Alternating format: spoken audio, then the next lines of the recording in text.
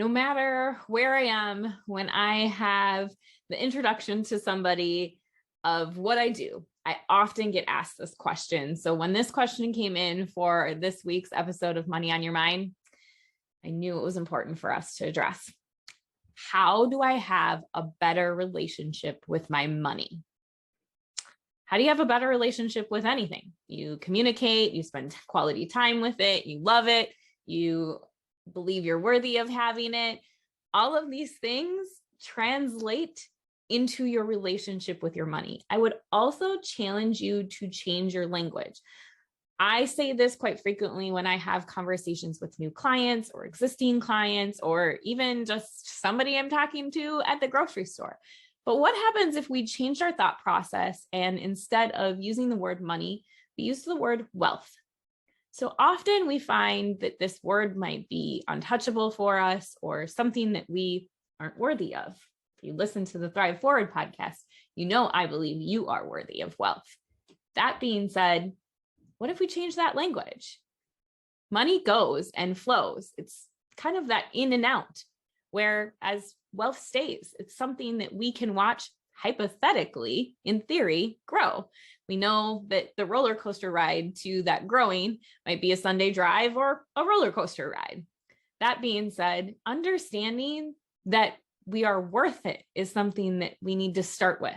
So if you want to have a better relationship, you need to change your language first. Then you need to uncover maybe what is your story with money? What were the things that you were taught, both intrinsically and like outrightedly, right? What were the things that maybe society or your culture or your family taught you without having to actually teach you? It was kind of those inherent things that you just learned that were surrounded by you.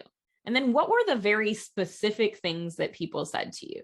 How did that create your vision or your story with money? What would you like it to be? Rewrite your story. Simple, just rewrite it.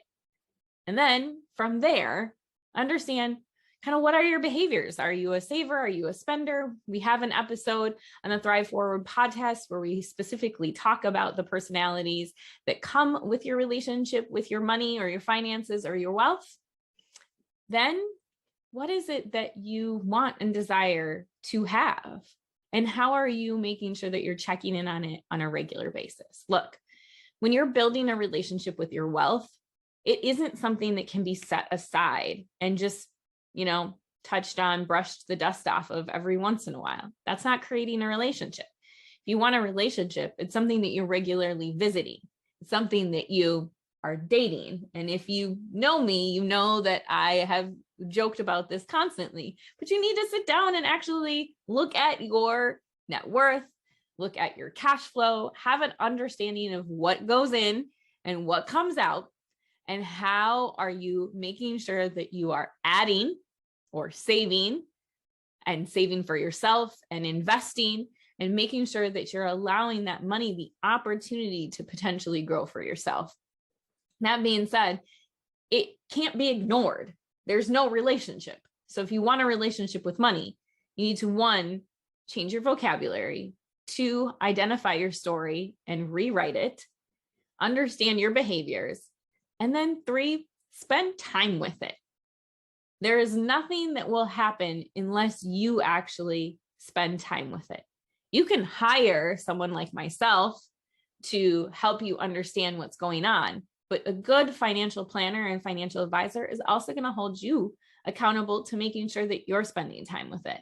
For instance, I still have my clients go through and have a great understanding of what their cash flow looks like, categorizing their expenses, setting goals for themselves, and checking in. And believe it or not, I actually make them revisit it. And if they don't, well, then a lot of our meeting is spent doing it anyway, because we can't get to that place that you want to go without understanding where you're at right now and then checking in on a regular basis. So don't put that off on some bookshelf that you don't want to deal with or in some pile that says, I'll do it later.